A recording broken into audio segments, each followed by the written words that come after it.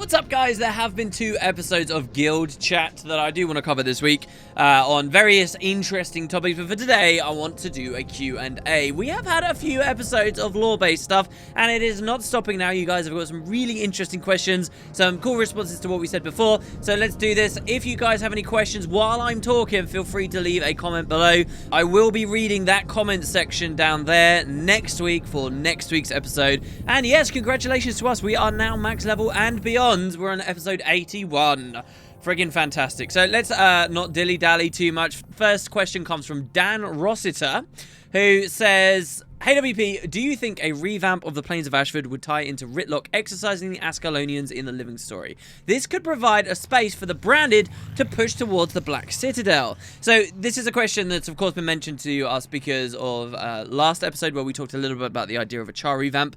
And this is great. I think what you're talking about in terms of like narrative space and like where could the story go, this, yes, is super logical. Like if you really think about it, actually, out of all races, I believe the Char, seated in Ascalon, have got the most story threads and the easiest things to pick up from and the most inspiration for crazy amounts of stories. Okay, so like you can take the Norn, you can tap into their culture a little bit, you can tap into what it is to be Norn, which already is fairly shallow in my opinion, and then you put them in the Shiver Peaks.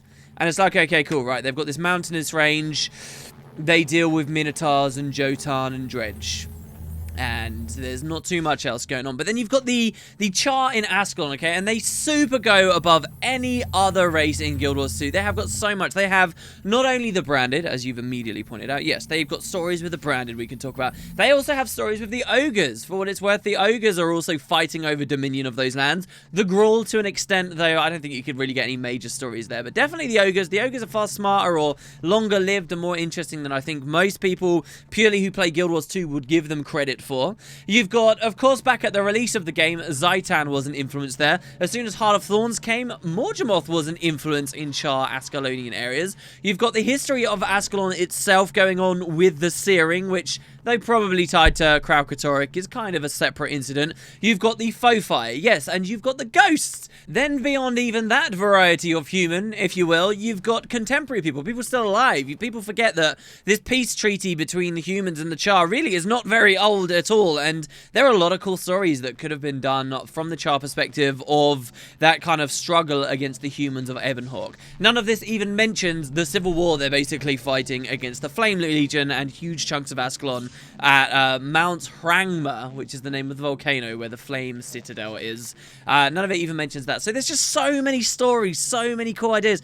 Ascalon is dense, okay? And the Char in Ascalon is very dense. So there's so much space for Arenanet to take interesting stories there to any kind of revamp. Or yes, the living world too. So this is a really interesting idea. Are we going to see them finally deal with the Ghosts? And it's kind of funny to me, you know, if you look at Guild Wars 2 of its 2nd year and its 3rd year of existence, and all the effort that they put into for Living World, right? Living World Season 1, Living World Season 2. How desperately Arenanet wanted to have an MMO that was living and breathing and evolving and adapting, right? When you have a developer with that kind of focus at pushing out an MMO and frequent updates as they were, you would expect that of any game on the market, the one most capable of pulling off the story where the Ghosts are removed. There is a plot to do with it. They are removed and the place is cleansed, or, you know, similar situation for Ore, for example. We kill an Elder Dragon and his actual influence recedes. The world adapts, it evolves, it's a living world. You think if there was any game, it'd be Guild Wars 2, right? And it wasn't Guild Wars 2, and it continues to not be Guild Wars 2. Ore hasn't changed, Ascalon hasn't changed, the jungle areas after Morgemoth's death, I seriously question whether they will change with future Living World stuff. Basically, their implementation, their version, their vision, their execution of Living World didn't allow them to do the stuff that Living World really should have allowed them to do. And why do I talk in past tense? Well, now it seems, I mean, there's still a chance that it will happen in the future, but now it seems that their format and their release schedule is changing so much. Who knows what we've got in store for us next year in terms of quantity and what they can actually deal with.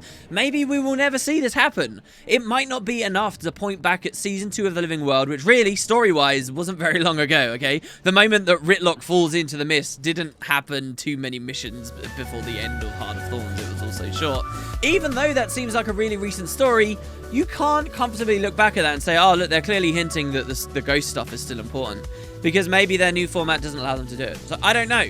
Narratively, I agree with you. I think it would be really, really, really cool, and I'd like to see the ghosts go away to some extent.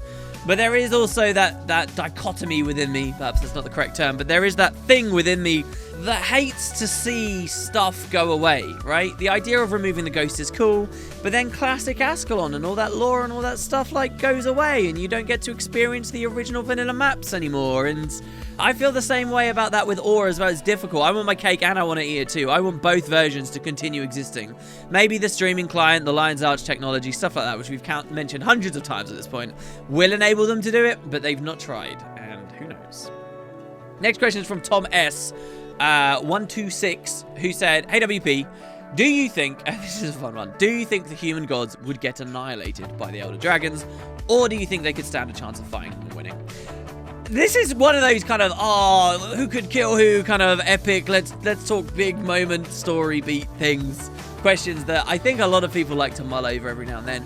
But I feel like with Guild Wars 2, with this franchise, it's a little unrewarding to think on these lines. Why? Because we just don't have enough in the way of contemporary stories about the gods, or enough explicit about the Elder Dragons. Maybe more recently we have a bit more to really, get into a very deep discussion about this. I think in general the way that they have structured it is that the Elder Dragon should be winning, that the gods kind of would be scared to go up against an Elder Dragon, but there's kind of a problem with consistency at this point with the story, and that's that I can't comfortably say that to you guys. I can't say, the Elder Dragons would win. The Elder Dragons are way older. Look at Grenth, he's much younger than any Elder Dragon. The gods may just be powerful spellcasters for all we know. The humans just came to know them as gods. These are Elder Dragons, for God's sake, and everything they've told us about the Elder Dragons will be stronger.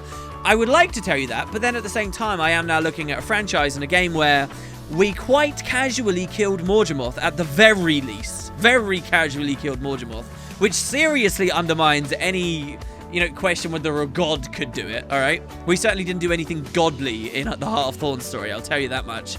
And then with Zhaitan, there was a cool theory of war, and there was a cool battle, and there was a cool, long, protracted encounter against him, so I think it was done a little bit better. Just in story terms, it was done much better. In terms of execution, it was pretty poor.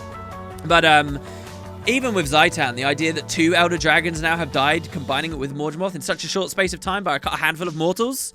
Maybe it's more than a handful for the Zhaitan story, but still, having those things happen, it's now very hard for me to say, a god could never kill an Elder Dragon. I'd love to say a god could never kill an Elder Dragon, because I think that's the story Arenanet want. They want the Elder Dragons to feel that epic, but they just don't. So, I don't know. Yeah, sure. I reckon Balthazar, on a good day, he could wrestle Primordus into the lava and drown him. Next question. Wow, that was quite a dark little image I gave you there. Next question from Waffling Mean 44. He said, "Hey WP, do you think the next expansion should involve more than one Elder Dragon? Primordius, Jormag, and Kralkatorrik have just been sitting around doing nothing for a long time. Don't forget the Deep Sea Dragon. And so perhaps they should come into conflict with each other and all be doing stuff. I can imagine Jormag decides to aggressively push south against the Norn. Primordius could dig his way to Tarir and go for the egg, perhaps resulting in the appearance of Gleam, while Kralkatorrik and Rytlock could have some personal battle. These three have been a trio of lazy, distant threats for so long that I really don't want to see bubbles just yet."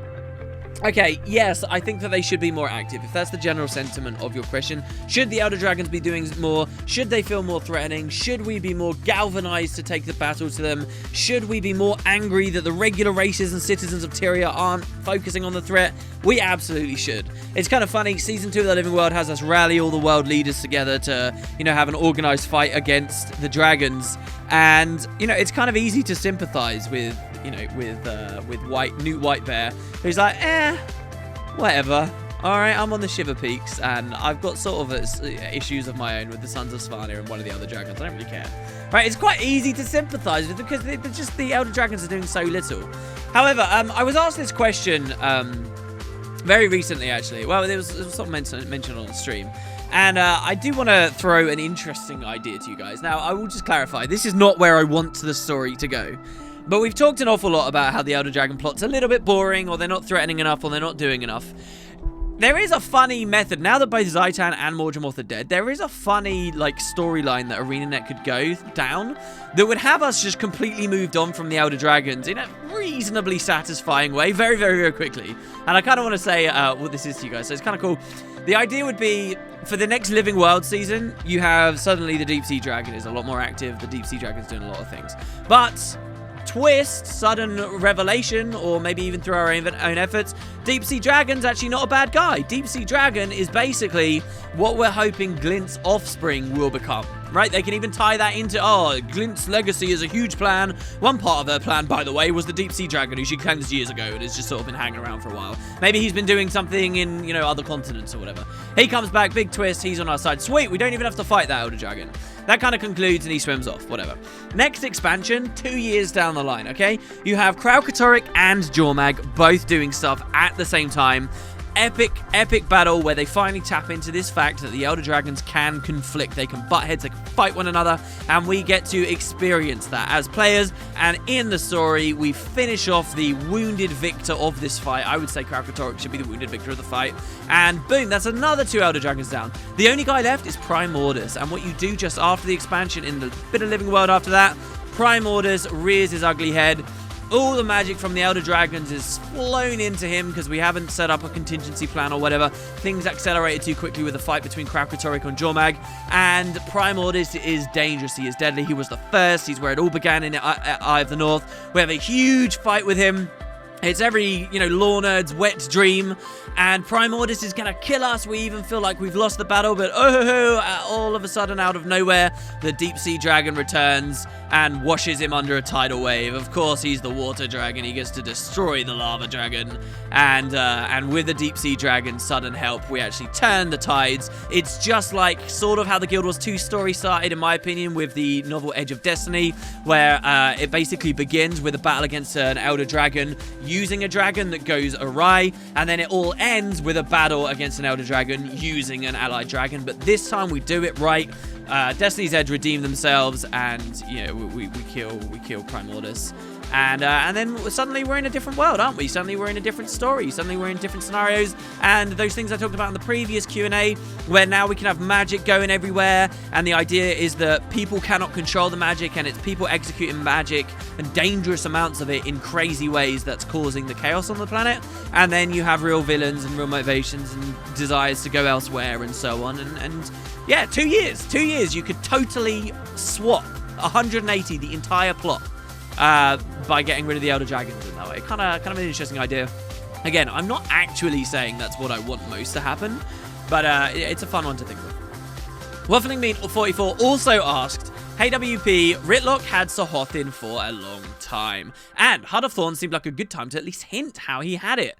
This is something that's been waved in our faces for a while, and I just started wondering, do you think Arenanet is even decided on how he got Sohothin?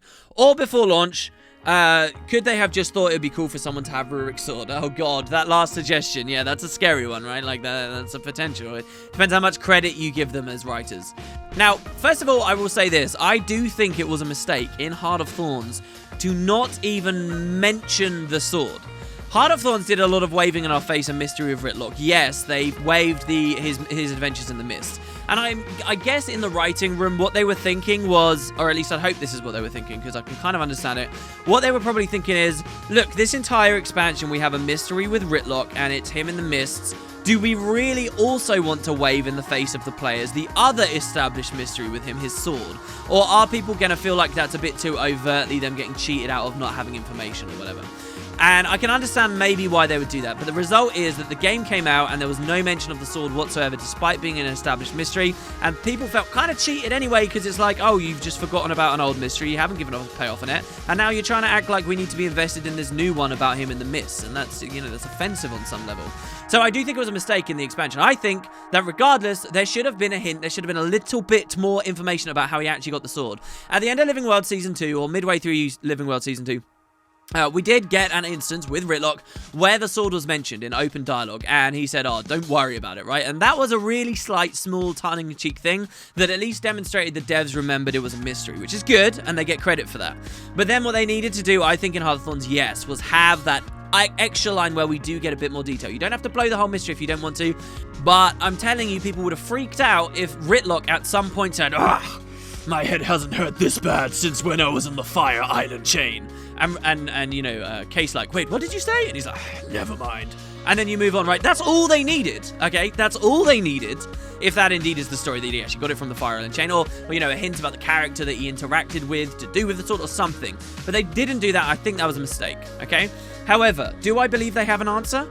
I do believe they have an answer. I do believe that, unlike with the ghost thing, which has all the other living world kind of stuff mired up in it, I do think that because in Season 2, we saw them openly mention the sword thing, they do have an answer. Now, funnily enough, I was asked very recently, hey WP, if you could get one answer to anything that you want from Arenanet, what would I ask them to get that answer, right? What would I go for?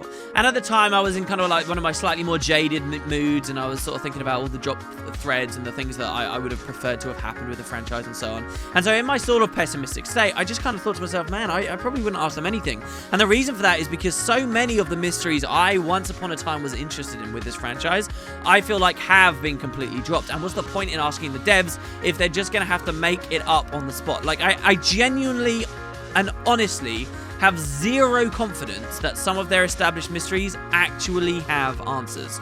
And so in the moment, I thought, I don't have a single question. I wouldn't ask them anything because I think it would just get made up on the spot. But later I did sort of come and I did realize, no, actually there are some things I think they have sure answers for. And what did I say I would ask Arenanet if I could get the guaranteed answer? It would be this Sohothin thing. I genuinely think they have an answer to it. I genuinely think you could go to a writer who knows the overarching stuff and say what happened, and they would have that answer for you. They wouldn't have minutiae detail of each little specific thing, but they would know the core story beats about that plot, and they would be able to tell you. I do have confidence that it's there, and I do have confidence that they will answer both that and Rytlock being in the mists. They've dropped a lot of threads, but the threads you've got to think about that have been dropped are the ones that get no mention at all. You don't release an expansion constantly hinting like they did about Rytlock in the Mists and so on, which probably, by the way, is going to tie into Rurik, maybe even met Rurik in the Mists, and there'll be further stuff there, and then both stories get resolved at the same time. But you don't do that if you genuinely don't have an answer or don't want to deal with an answer, okay? The ones that have been dropped are, like, far older things. I think the most recent thing that may have been dropped maybe is, like, the amulet from Season 2 of The Living World. There's a very recent story that I see no evidence is going anywhere, the amulet. But, you know, especially when you go back to GW1, okay? I'm talking, like, stories like Baltec. I'm talking about stuff like Evinia, okay? Stories like those, they might just never get resolved because they're so old now. It's a question of, do any devs even remember the stories or care enough about them to angle the narrative and, you know, hammer the Guild Wars 2's current story into a place where they're relevant, okay? And I just think that nobody cares enough about some of those old threads, but there's a big distinction between that and something like Sohothin. So to answer your question, do I think that they're going to answer it even though they didn't in Heart of Thorns? I do. I do think we're going to get the answer. Next question is from Doomy, who's got a cool name, who says, why does Guild Wars 2 have so few emotes? I miss mass gathering from Guild Wars 1 where people would dance and play loots. Also, will Polymorph ever be in-game? I picked this question more for the second thing, just because it was kind of on my mind. But the idea of everyone mass gathering, that totally happens in Guild Wars 2. You've got to give them the benefit of the doubt every now and then. People mass gather in tonics. So you see a post, at least one highly upvoted thread every 2 weeks to a month on Reddit where a bunch of people gathered together and something crazy happened in Lion's Arch. You see that. I would like more emotes. Emotes for me are a baseline thing that should have come with an expansion, and we got the short end of the stick by not having more of them released. A big part of me, though, is scared that the reason we didn't get it may not have even been because they were rushed, but rather because, hey, emotes sell really well on the gem store, right? That's cosmetics. I mean, it is a feature that fits so well in the gem store. They played with it a little bit, if you remember, early on with, like, the how to dance volumes and stuff, but I'm really not too sure about that. Okay, but the other question about Polymorph, funnily enough, one of my recent videos did have me doing a tour in Divinity's Reach, taking the tour guides, and the funny thing is, you guys might not have realized, but in the background, it may have even been the last Q&A, in the background audio, which I cut out, you could hear some people talking about Polymorph in Divinity's Reach, and it's always sad when you see stuff like that. For those of you that don't know, Polymorph was a mini-game that was kind of like Pokemon turn-based battling from Guild Wars 1 that came with Eye of the North, and seemed to be one of those features that would come in Guild Wars 2. There was a Polymorph arena dedicated in Ratasum and a few different things, little bits of dialogue around those original cities.